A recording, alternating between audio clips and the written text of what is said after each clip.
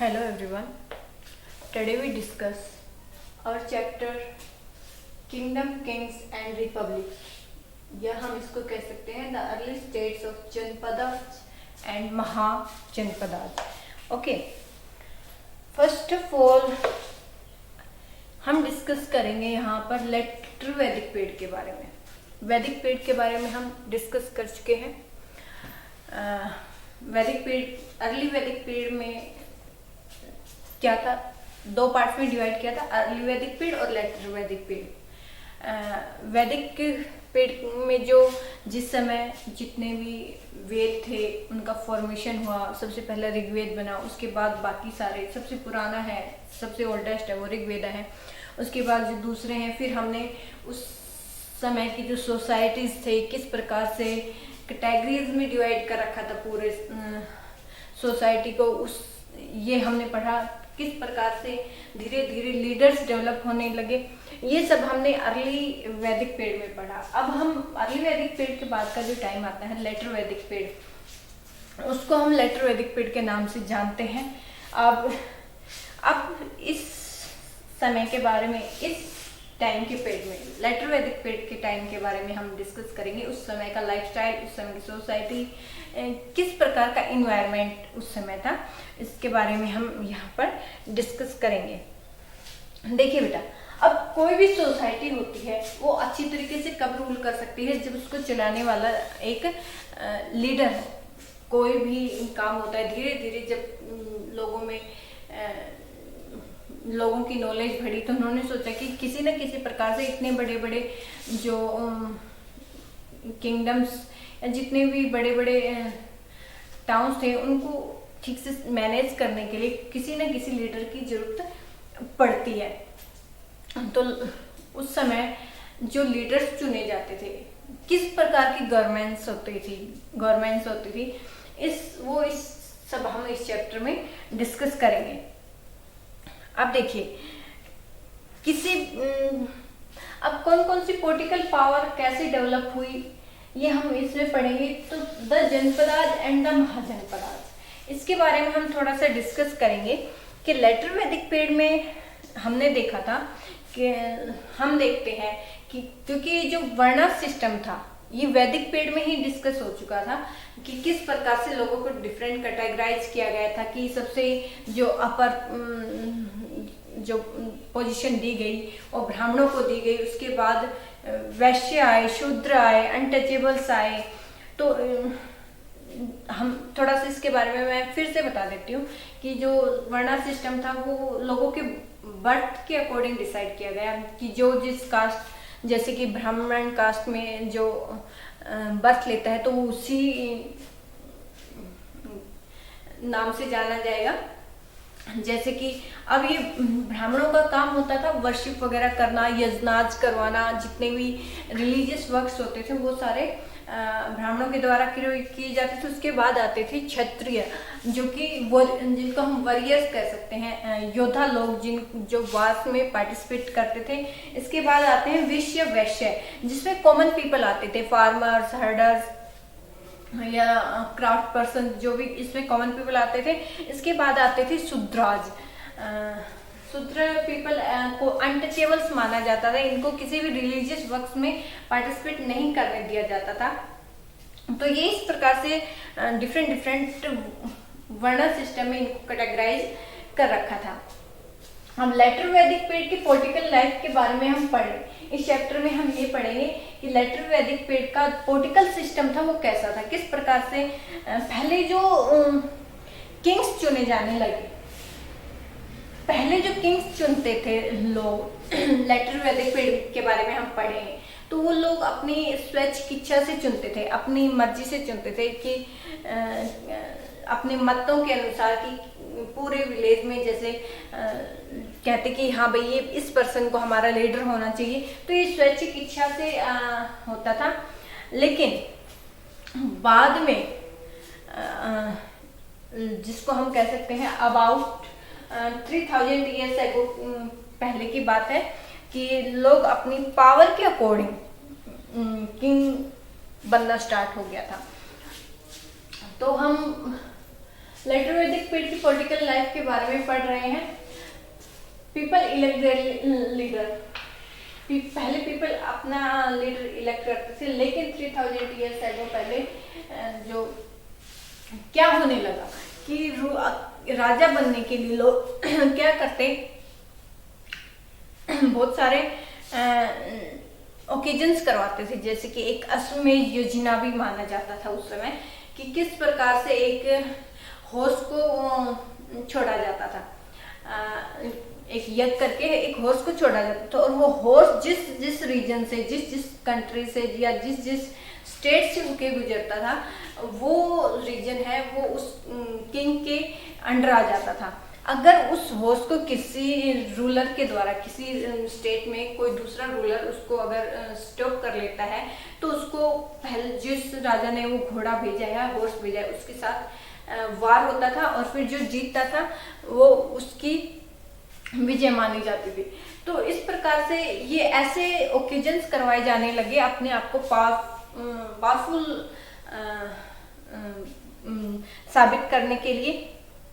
और इन यज्ञ में ये सारे जो वर्ण होते थे, जैसे कि ब्राह्मण तो वगैरह तो ये वर्शिप का काम करते ही थे, इसमें पार्टिसिपेट करते थे, क्षत्रिय लोग भी करते थे, वैश्य भी करते थे, लेकिन जो वुमेन्स और ये जो शूद्राज लोग होते थे, इनको इन रिलीजियस ओकेजन्स में पार्टिसिपेट करने का कोई भी राइट नहीं दिया जाता था।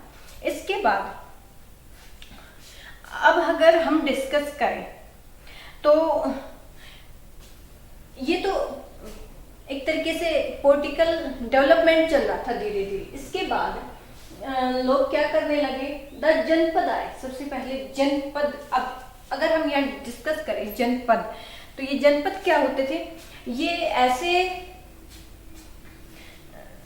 बड़े रीजन्स होते थे जिनमें कोई राजा है वो रूल करता था। जैसे अगर हम जनपद कहा जाए तो हिंदी मीनिंग बेटा, इंग्लिश में तो इसको फुट कहते हैं और हिंदी में पाव हो जाता है, मतलब जहाँ पर जनता के पैर हैं वो रीजन एक उस राजा का समझा जाता था जिसने अपना ये रीजन है ये इस्टेब्लिश किया है। तो जैसे कि अश्वमेध यज्ञ करवा के ही चाहे उसको अपना रीजन बनाया हो, तो ये जनपद धीरे धीरे इस्टेब्लिश होने लगे।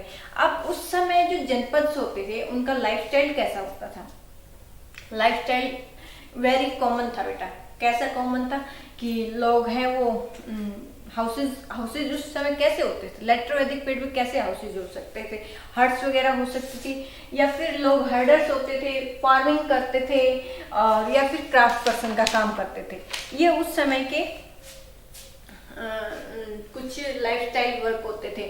अब हम महाजनपद के बारे में हम डिस्कस करें। जनपद से जो बड़े रीजन होते थे उनके ऊपर जो रूल, उनको महाजनपद कहा जाता था।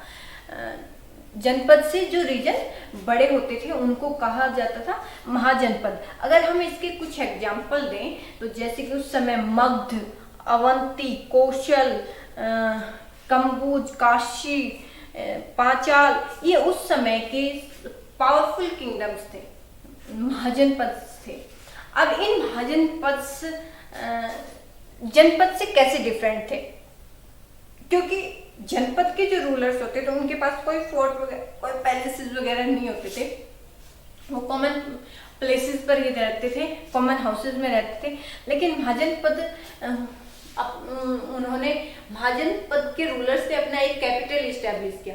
कैपिटल इस्टेब्लिश किया, अपने पैलेसेस बनवाए, कोर्ट बनवाए, नहीं फोर्ट बनवाए।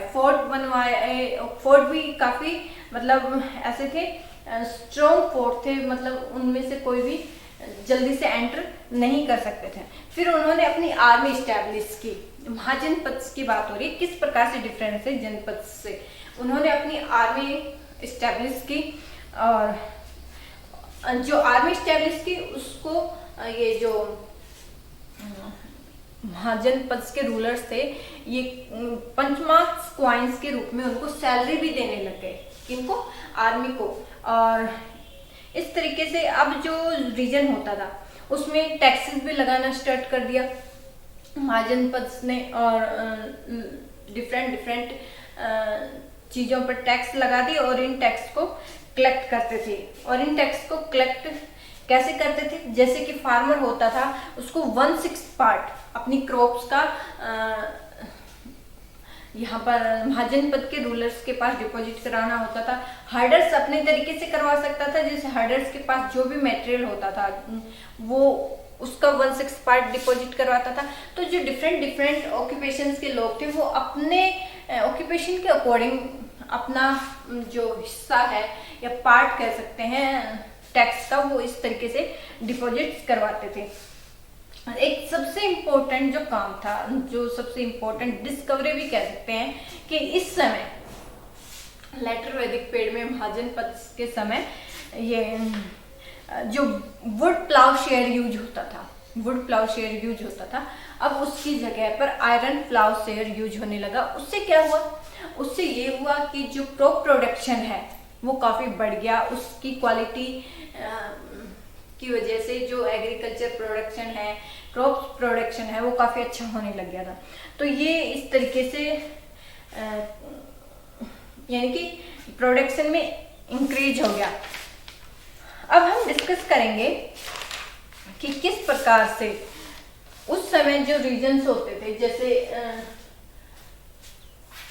हमने डिस्कस किया किंगडम रूलर्स जो रूल करते थे, जो अपनी पावर के बेस पर रूल करते थे, जो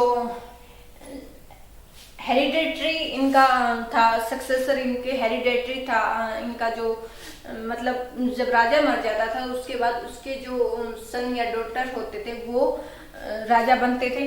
तो इस प्रकार से जो ये किंगडम है, या फिर हम कह सकते थे किंगडम्स के जो रूलर्स होते थे वो उनके बहुत सारे ऑफिसर्स थे जो उनको डिफरेंट वर्क्स के लिए उनको एडवाइस देते थे। तो इस प्रकार से किंग है ये किंगडम इस्टेब्लिश हुए। अब ये रिपब्लिक के एग्जांपल्स हम देख सकते हैं। रिपब्लिक में बेटा हम समझ सकते हैं डेमोक्रेटिक गवर्नमेंट्स की तरह होती थी कि जो अपने लीडर थे, जो पीपल अपने लीडर को खुद इलेक्ट करते थे। ओके, और उनमें जो ऑफिसर्स, जो रूलर के जो ऑफिसर्स थे वो भी इनकी विल के अनुसार, उनकी चॉइस के अकॉर्डिंग ही अपॉइंट किए जाते थे। अगर हम यहाँ थोड़ा सा डिफरेंस देखें किंगडम्स में और रिपब्लिक्स में, तो एक तो डिफरेंस ये है कि ये तो पावर बेस के ऊपर इस्टेब्लिश किए जाते थे और ये किए जाते थे डेमोक्रेटिक सेटअप के बेस पर। यहाँ लोगों की इसको तो लोग हैं वो इलेक्ट करते थे, ये पावर बेस पे इलेक्शन होता था इसका। दूसरा डिफरेंस क्या होता था इसका, जो किंगडम्स होते थे, किंगडम्स में जो किंग होता था वो हेरिडेटरी होता था। मतलब अगर किसी वजह से किंग की डेथ हो जाती तो उसके बाद उसके जो सक्सेसर है वही उसके संतानें होंगी, उसके डॉटर्स या सन उसका सक्सीडेड रहेगा। लेकिन रिपब्लिक में जो हेड है वो केवल पब्लिक के द्वारा ही इलेक्ट किया जाता है। अब हम पढ़ेंगे द किंगडम ऑफ मगध, जिसको हम केस स्टडी भी कह सकते हैं। मगध एक पावरफुल किंगडम उस समय का था मगध, जिसमें काफी पावरफुल रूलर्स ने रूल भी किया। अब इस सब के बारे में हम डिस्कस करेंगे मगध के बारे में हम डिस्कस करेंगे। ये हमारे नॉर्थन इंडिया में है, एक पावरफुल किंगडम के रूप में ये उभर कर सामने आया। अब ये नॉर्थन इंडिया हमारा देखा जाए तो हमारा इंडिया का जो ये साउथर्न पार्ट है,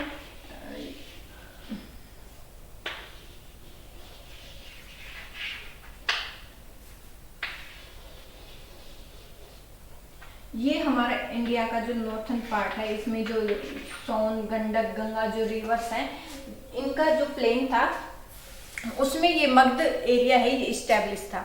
ओके,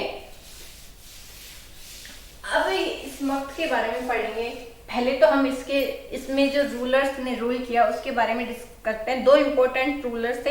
पहला बिम्बिसार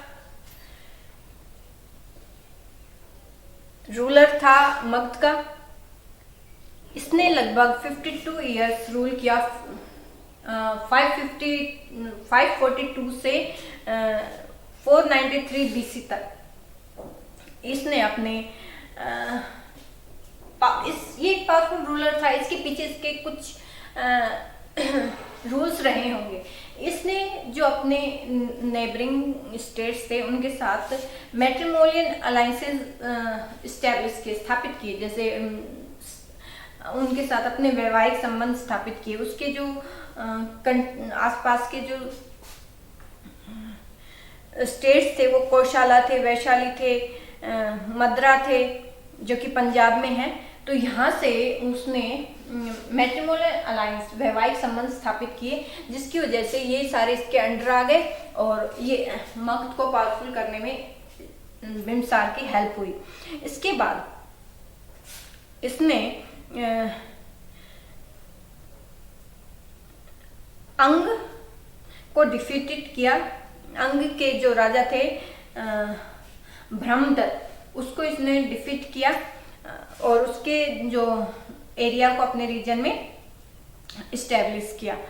अब जो बिम्बिसार है इसका रूल, इसका जो किंगडम था वो धीरे धीरे अपनी विजडम की वजह से इसने धीरे धीरे उसको काफी पावरफुल बना लिया। इसके बाद आया अजातशत्रु। ही वाज बिम्बिसार सन। अजातशत्रु बिम्बिसार सन था, रूल्ड अबाउट 32 इयर्स और इसने 32 इयर्स है वो रूल किया। He was very ambitious and wanted to for extend the boundaries of Magध Empire. इसने भी मगध एम्पायर को इस्टेब्लिश करने में, इस्टेब्लिश तो बिम्बिसार ने किया ही था, लेकिन इसका जो एक्सटेंड किया, मतलब जितना बिम्बिसार ने किया था उससे भी आगे अजातशत्रु ने इसको काफी एक्सटेंड किया और इसकी बाउंड्रीज को काफी हद तक बढ़ाया। आगे हम अगर पढ़ें तो आ जाता है causes of the rise of, यहाँ आगे causes of the rise of kingdom Magadh. अब किंगडम मगध के राइज होने के काजेज, रीजन क्या क्या थे, कौन कौन से रीजन थे।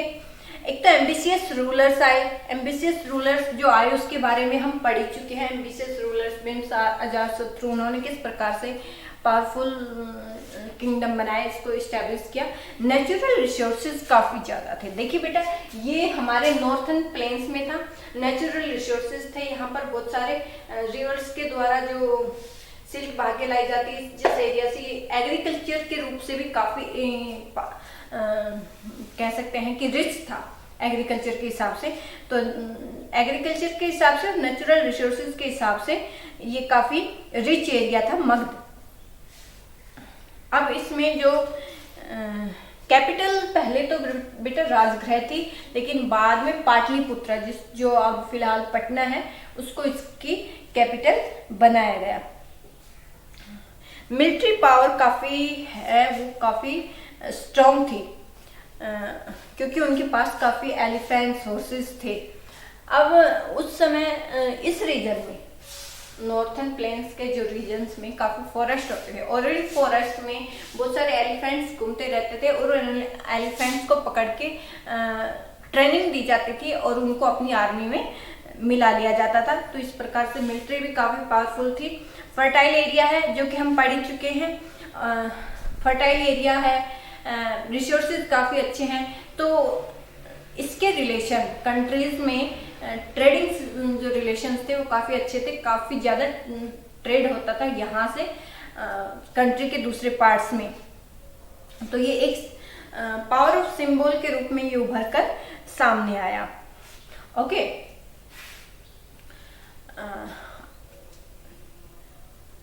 आई होप आपको अच्छे से समझ में आया होगा। Thank you.